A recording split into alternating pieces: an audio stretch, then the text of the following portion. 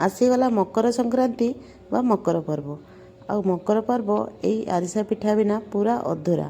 आज आम घरे मकर संक्रांति पाई आरिसा पिठा छणा होतला तो भाविली वीडियो आपणक सहित टिके शेयर करी। आम साइड्रे एमती किले परिमाणर चक्की गुड़ मिले। आमर आज 4 किलो गुड़र पिठा तैयारी हबो, सेतिमे 4टी चक्की नेछि। पिठा काठ चुली तैयारी हबो कारण एते परिमाणर पिठा गैस रे बनेबा असंभव। पिठारे पकाइबा पई किछि पान मधुरी, राशि, बादाम मंजी आ नड़िया कटा अछि। चुली रे ढमा बसई कि अध ग्लास परिमाणर पानी दे देछि। पानी गरम हेले गुड़ को पाग हबा पई सेठी पकई देबा। गुड़ पाग हबा पई टिके समय लागि थाए, सेति मझरे मझरे घांटी घांटी गुड़ को पाग करि नबा। गुड़ पाग होला कि नै जानिबा पई गोटे गिनारे अल्प पानी देकी ता उपरे गुड़ पाग को पकेइली। गुड़ पाग एमती चॉकलेट भलिया जदि हाथ रे उठी आसिला तेबे पागटी पूरा परफेक्ट हो जाइछि। एबे कटा नड़िया, बादाम मंजी सबको पकईकी टिके घांटी नेबी।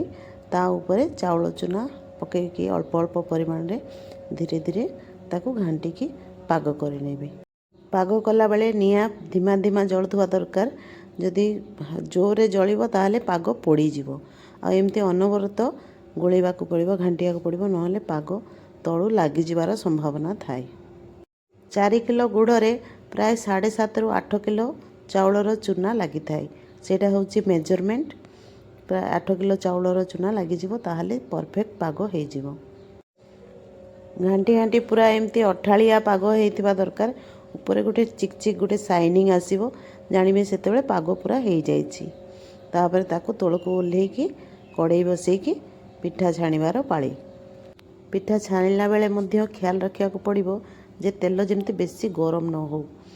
फ्लेम पूरा लो रहिथिबो तेबे पिठा भलो हबो, नहले पिठा ऊपर पड़ी जिवो आउ भितरे कंचा कंचा लागिबो। सेतिमे पूरा लो फ्लेम रे पिठा को छणा हुए। बहुत टाइम लागि जाए ये पिठा छाणिला बेले, किंतु खाइला को मध्य सेतिकी टेस्ट लागि थाए। एमिति पागरे पिठा तैयारी करथिले पिठा बहुत दिन पर्यंत रही थाए। 3, 4, 5 मास पर्यंत बिल्कुल पिठा खराब हुएनी आउ खाइले से टेस्ट भी आसे।